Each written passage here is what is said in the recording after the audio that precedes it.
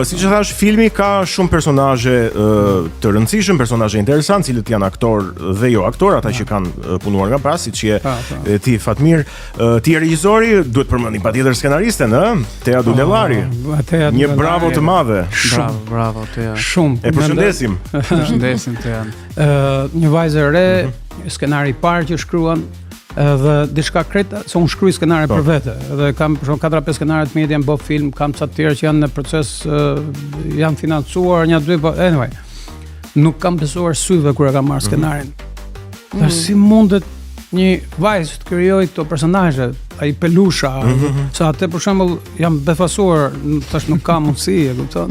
Bravo. Edhe ka qenë pikërisht actually ai personazh që thash ky do bëhet film dhe mbaroi muhabet, kupton se ishin gjithë ato, ishin balancuar, bukur, ishin A keni dhe ju personazhet tuaj të preferuara nga Udhëtim pranver? Personazhet po, janë, shiko, ata nuk përsërisin, asnjë nuk përsërit njëri tjetrin. Shkojnë. Po gjithsesi publiku e bën një zgjedhje. Unë mendoj, edhe shiko, është pak kultura ime e të folurit ka herë mund të keq kuptohet këtu, e kupton se unë them mendimin tim. Nuk po them as si regjisor tani, se kur flas si regjisor po fajsoj gjithë stafin. Po unë si Fatmir nuk mendoj që mund të ketë qenë një çift që ka kimin që ka Nita me Gjergjin.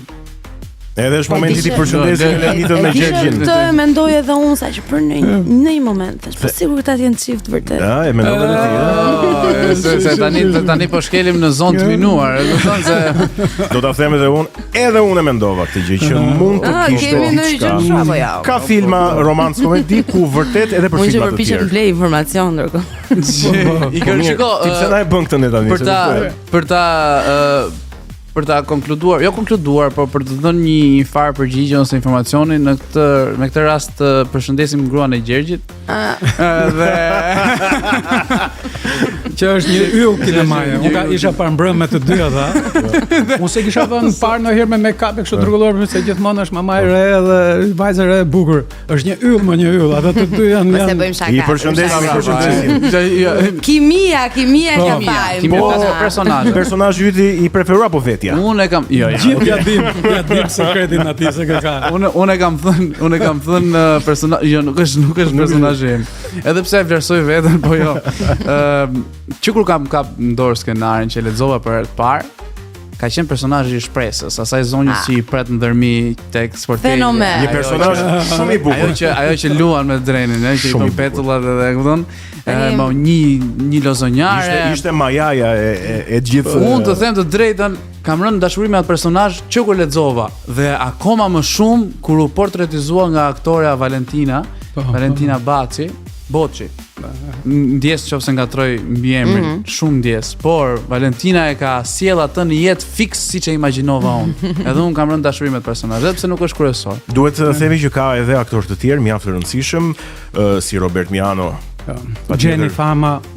Gjeni për shembull profesion komplet në një groteske. Po mirë, po si na e mbajtët sekretar ta Muçajni ju ne. Po si na e mbajtët sekret një publik I tërë e pret. Ishte për mua ishte një surprizë shumë e bukur ata Muçaj.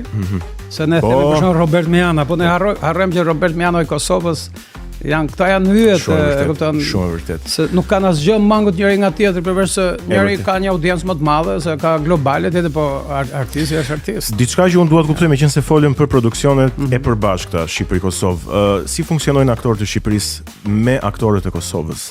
Ecën puna mirë, pra kanë kimi në një produksion, po të pyes si regjisor tani. Tash unë hera është projekti I dytë që unë bëj në Shqipëri, so mase unë mund të kem një opinion më të limitizuar se sa regjisorët e tjerë që punojnë këtu, po imi është I veçantë se unë kam stil tjetër pune, qoftë disiplina, qoftë si regjisorët gjitha, edhe as nuk e marr vesh kush është I Kosovës, kush është I Shqipërisë. Shkrihen në po se atë shikoj produksioni eliminon ato gjëra, se ti nëse ti nuk je me eksperiencë dhe fillon të sjell në produksion njerëz problematik, ti ke marr fund.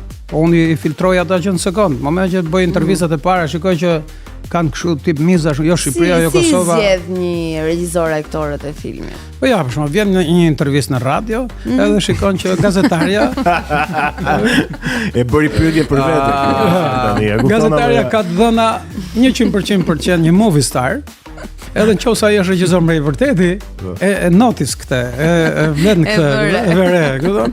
Edhe pastaj shef gazetari thotë, "Ok, mirë, çuni mirë, po. Hajde një herë tjetër." A dini se si Ska që do e hedhi vllafin nga producenti me mi. A dini se si jemi lidh me Gjergjin, me Gjergj Kaçinarin? Jo. Unë isha duke bërë filmin Prokurori. Po.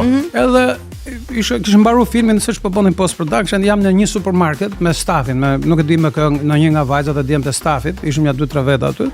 Edhe shikoj një djalë bukur. Edhe thash, po pse kështu djem si ky, thash nuk shkojnë në akademi ose të vinë në audicione kështu. O, më tha mua, ai është këngëtar dhe është goxha e njohur. Ah, okay, s'kisha ndonjë gjë në plan. Tash një vit po mrapa, mua, domethënë, vjen ky skenari që vendosim ta bëjmë film. Edhe provova disa, po mend jam rindet ai djali atje. Kam fol me disa bile aktor me reputacion shumë të famshëm këtu në Shqipëri. Ndonjë emër? Po, s'po e themi se unë nuk e di, mund t'i thuash ca gjëra, kupton se nga që nuk u bën as publik, po them unë i vlerësoj shumë. Edhe pse nuk i njoh, se nuk jam rrit këtu, kuptimin artistik. Edhe tash nuk dija me kë kisha fol për punën. Ore thash, kë kam pyet, thash një djalë që ka qenë atë, më tha, ka qenë Teja faktikisht. Më tha, "Oh, ai është", unë tha, "Pile i njoh ata." Edhe aty filloi direkt kontakti kam u vendos brenda sekondash.